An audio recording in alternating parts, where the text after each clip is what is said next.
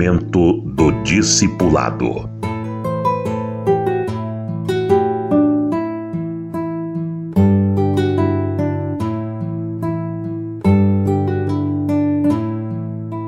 Eu quero falar um alerta sobre as aparências que enganam, principalmente com relação à religião, à vida religiosa, bem como as bênçãos de Deus, que também podem transmitir uma ideia errônea de que a pessoa está sendo aprovada, quando na verdade ela está muito mal.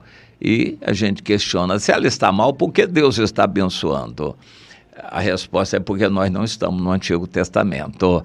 E no Antigo Testamento era uma relação direta, porque o próprio Deus estabeleceu esse termo da aliança. Eu vou ser o Deus de vocês, vou abençoar vocês, e vocês vão ser o meu povo e vão me obedecer. Se vocês me obedecerem, terão todas as bênçãos materiais. Vida longa, paz, saúde, muitos filhos, riqueza, prosperidade, paz, segurança. Todas essas bênçãos serão decorrentes da obediência de vocês. E o contrário, a desobediência trará maldições.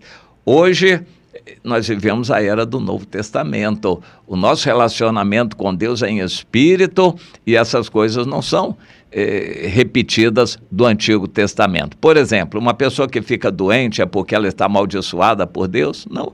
Deus está dando a ela uma oportunidade de ter experiências com o Senhor, usar a fé. Quando alguém se sente fraco, é oportunidade para crer e Deus poder manifestar o poder, a grandeza dele. Quando alguém fica pobre aqui na terra, está tendo a oportunidade de ser rico no reino dos céus. E assim por diante. A pobreza aqui é bênção, ao contrário do que alguns estão imaginando, que serem ricos aqui é sinal da prosperidade e bênção de Deus. Não, não e não.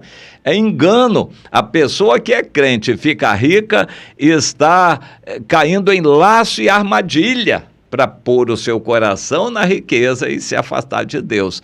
Eu não conheço um rico espiritual e ganhador de almas. Ele está muito preocupado com a riqueza dele. E se ele for crente, pior ainda, porque vai se desviar do caminho da obediência e vai andar pelo caminho da prosperidade. E quando nós chegamos a uma igreja e vemos muita gente de carrão, gente bem vestida, roupas de grife, puxa, a gente pensa, esse povo é abençoado. É o contrário. As aparências enganam, aquilo não é bênção de Deus, aquilo é engano de Satanás com a permissão de Deus. Deus permite, mas alerta. Mas eles não ouvem o alerta de Deus, nunca quiseram ouvir profecias, não querem a palavra da Bíblia, eles querem a palavra agradável, a bênção. Isaías 30:10 se cumprindo, não nos digam a verdade. Digam-nos coisas aprazíveis, preguem-nos ou profetizem-nos ilusões. Nós queremos palavras agradáveis. Esse pastor que vem aqui pregar exortação, falar em santidade, deixar pecado, ele está fora de moda, ele está fora. Nós estamos na época de bênção. Jesus já levou o pecado todo, agora o negócio é bênção. Tem que falar e pregar sobre bênção. Pois é mais ou menos assim que grande parte dos crentes está vendo a situação. A riqueza deles, a prosperidade que eles aparentam, e a igreja também, é engano. Isso não é bênção de Deus, pelo contrário, eu não conheço uma igreja assim maravilhosa, suntuosa, templo grandioso, suntuoso, em que as pessoas sejam sinceras, bons crentes, ganhadores de alma. São, em geral, parasitas assistidores de reuniões. Infelizmente, esta é a realidade. Nós temos na Bíblia exemplos que nos chamam atenção para esse aspecto. Aquilo que é aparente não nos deve enganar como se fosse bênção de Deus.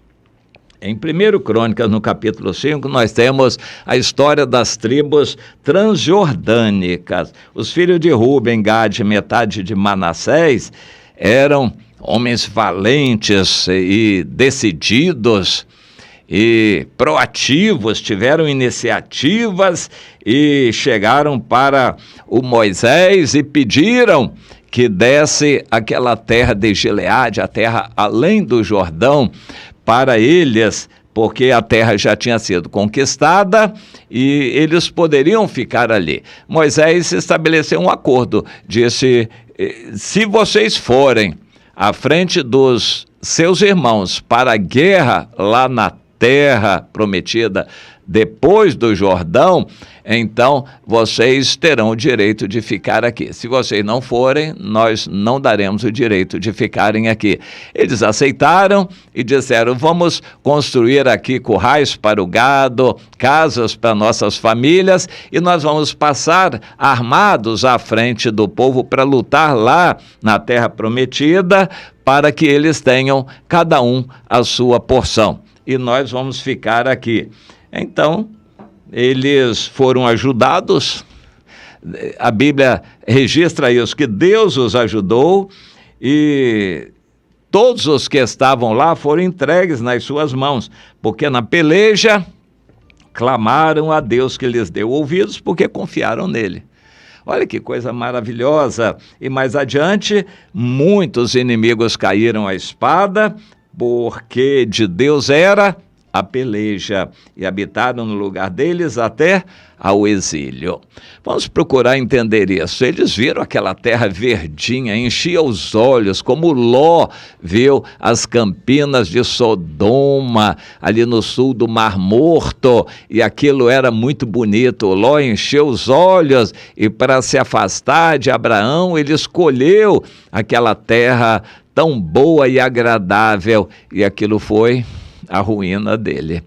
Mas mais tarde aconteceu este episódio, quando o povo de Israel saiu do Egito e entrou na terra prometida. Quando eles estavam para passar o Jordão, as 2,5 tribos escolheram ficar do outro lado. Por quê? É um planalto de Bazã, uma região muito agradável aos olhos, e fica ao pé do Monte Hermon, e todos sabem que as águas que evaporam no mar, nos oceanos, elas são levadas em nuvens pelo vento e se alojam em geral em volta das montanhas mais altas. Como o clima é mais frio, aquilo facilita a precipitação em chuvas e orvalho. Aquela região que eles escolheram, Gileade ou Bazã, tem vários nomes na Bíblia. Aquela região é extremamente fértil e ali cai sempre chuva, orvalho, o clima é mais ameno e a pastagem é bonita, as plantas crescem, o gado fica feliz e o povo maravilhado com aquela fartura, bem diferente de outros lugares da terra de Canaã, a terra prometida, que teria dificuldades de secura e desertos também. Mas ali em Bazã não há deserto, na terra de Gileade tudo é fértil, e eles escolheram. Aquilo foi a grande bênção de Deus para eles, e realmente foi bênção. Só que uma bênção perigosa, bênção enganosa. Foi bênção de Deus, mas eles ficaram mais longe do tabernáculo, longe da Arca da Aliança, longe dos seus irmãos e mais perto do pecado. Eles ficaram mais próximos do desvio e foi o que aconteceu. Então vamos continuar essa leitura. Esses que lideraram as tribos de Ruben, Gade, metade de Manassés, eram homens valentes. Eu estou lendo aqui, 1 Crônicas 5, 24. Homens valentes, homens famosos, cabeças, líderes nas suas famílias. Porém, olha aqui o problema.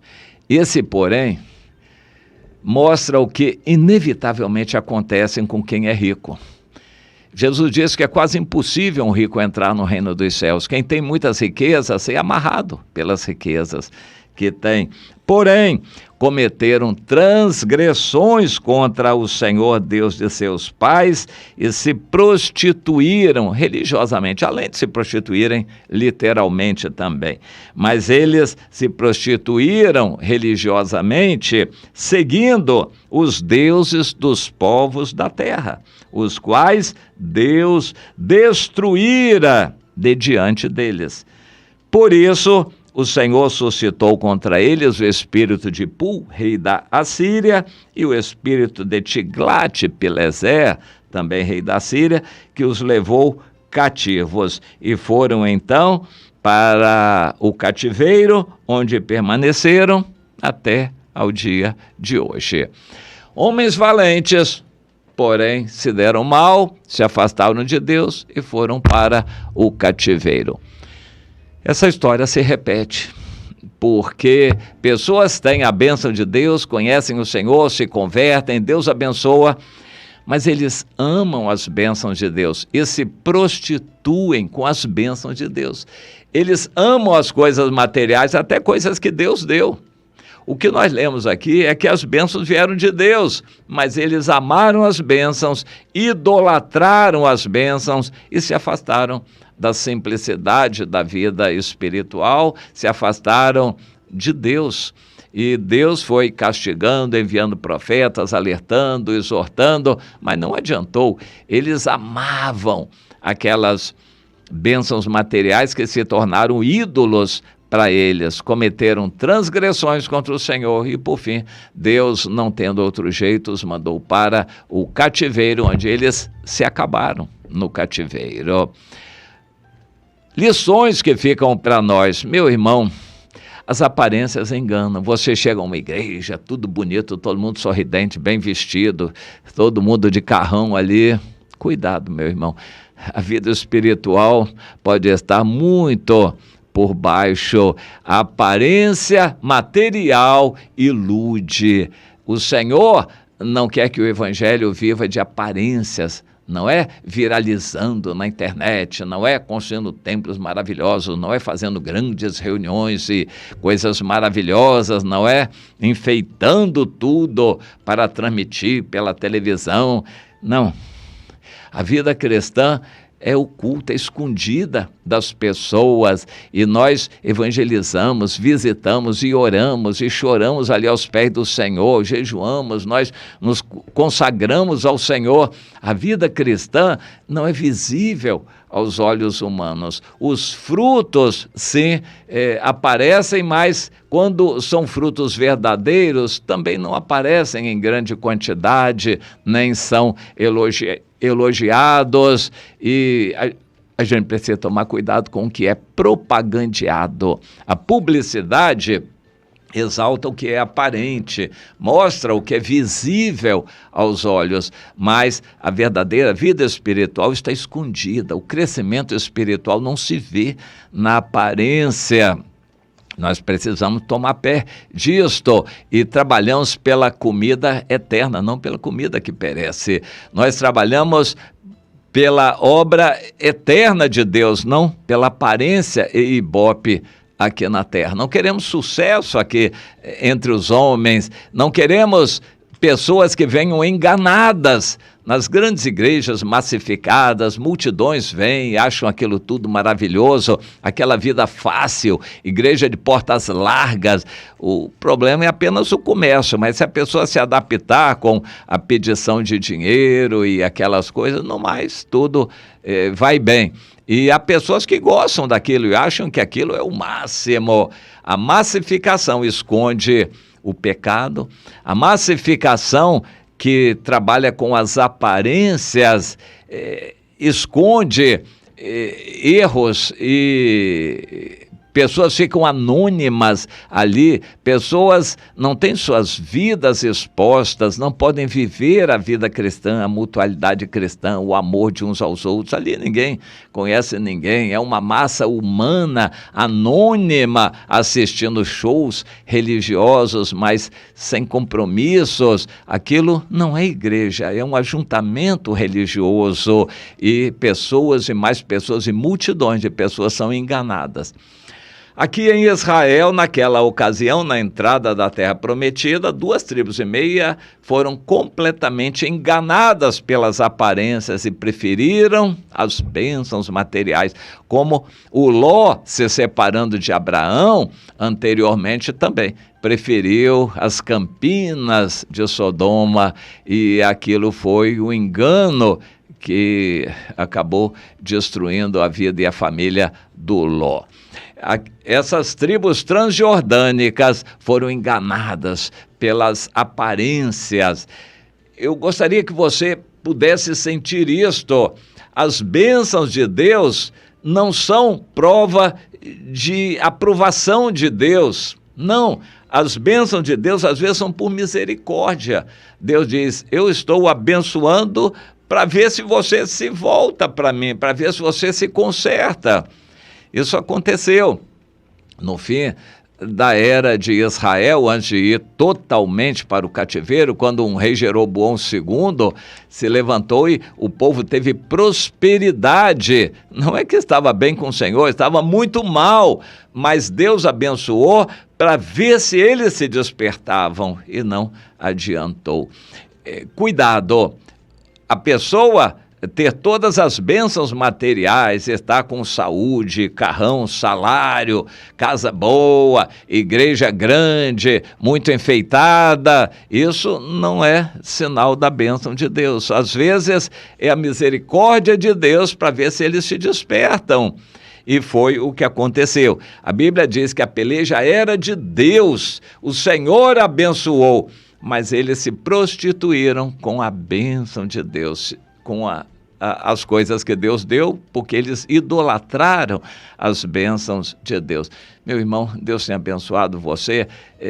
Pergunte a Deus se isso significa aprovação. Deus vai dizer a verdade para você. É porque você está sendo fiel, você está com um emprego bom, salário bom, saúde para poder usufruir os benefícios do seu salário, casa boa, você tem carro, tem vida boa, isto é bênção de Deus?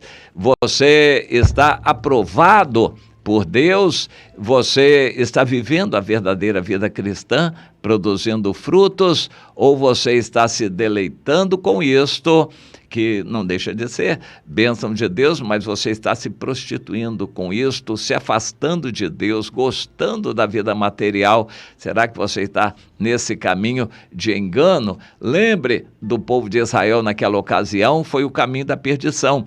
E muitos crentes hoje estão sendo enganados por um evangelho de ofertas, um evangelho comercial, um evangelho de barganha religiosa para buscar a prosperidade, a bênção material, mas um evangelho que não fala de santidade, não fala de vida eterna, de frutos, de negar o eu, de morrer para a velha vida, um evangelho que fala de bênçãos e prosperidade, mas um evangelho que não fala de santificação para ser igual a Jesus, semelhante a Jesus. Cuidado para você não entrar no engano de pregações que dizem aquilo que você quer ouvir, que seus ouvidos gostam de ouvir, mas não pregam a verdade. São ilusões que no fim não vão permanecer, e só que muitas pessoas vão descobrir isso só muito tarde demais. Como está você? Está acordando agora ou vai continuar dormindo esse sono da indolência religiosa e só vai acordar mais tarde quando você verificar que não vai subir para o arrebatamento? Acorde enquanto é tempo.